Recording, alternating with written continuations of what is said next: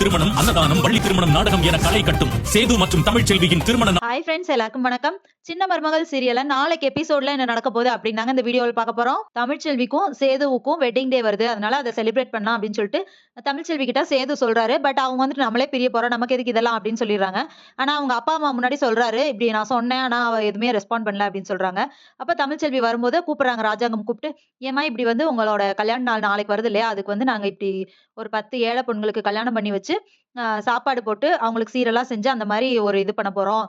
அதுக்கு உனக்கு சம்மதமா அப்படின்னு கேட்கும்போது, சரிங்க மாமா நீங்க என்ன செஞ்சாலும் சரி அப்படின்னு சொல்லிடுறாங்க தமிழ்ச்செல்வி. அத பார்த்துட்டு சேது ஷாக் ஆகுறாரு. நம்ம சொன்னா கேட்கல. அப்பா சொன்னோனே சரின்னு சொல்லிட்டா பாரு அப்படின்னு சொல்லிட்டு. அதுக்கப்புறமா அவங்க போயிடுறாங்க. போனதுக்கு அப்புறமா சேது வந்துட்டு அவங்க அப்பா கிட்ட கேட்கறாங்க. அப்பா நானும் இதே தான்ப்பா சொன்னேன் அப்படின்னு சொல்லும்போது, அது வந்து என் மருமக என் மேல வச்சிருக்கிற மரியாதை, பாசம்டா அப்படின்னு சொல்றாங்க.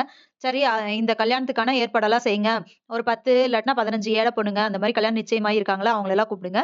நம்ம சீரெல்லாம் செஞ்சு கல்யாணம் பண்ணி வச்சிரலாம். சாப்பாட்டுக்கும் ரெடி பண்ணுங்க. அதுக்கப்புறமா வள்ளி திருமணம் அதுக்கும் ரெடி பண்ணணும் அப்படின்னு சொல்லிட்டு ராஜாங்கம் சொல்றாரு.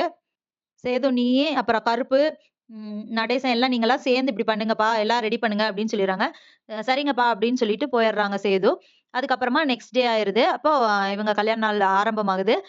அந்த மாரி 10 ஏழை பொண்ணுங்கள கூப்பிட்டு அவங்களுக்கு வந்து இவங்க கையாலே தாலி எடுத்து குடுத்து கல்யாணம் பண்றாங்க. அதுக்கப்புறமா அவங்க சாப்பாடு விருந்து போடுறாங்க. கல்யாண விருந்து மாரியே போடுறாங்க. அதெல்லாம் முடிஞ்சிருது. இவங்க 2 பேரும் தமிழ்ச்செல்வி எல்லாத்துலயுமே சந்தோஷமா கலந்துக்கிறாங்க. எல்லாருக்குமே சந்தோஷமா இருக்கு. அதுக்கப்புறமா கல்யாணம் முடிஞ்சு சாப்பாடுலாம் முடிச்சுட்டு, வள்ளி திருமணம் நாடகம் போடுறோம் அப்படின்னு சொல்லிட்டு சொல்றாங்க. மக்கள் எல்லாருமே போய் உட்கார்ந்து பார்க்குறாங்க.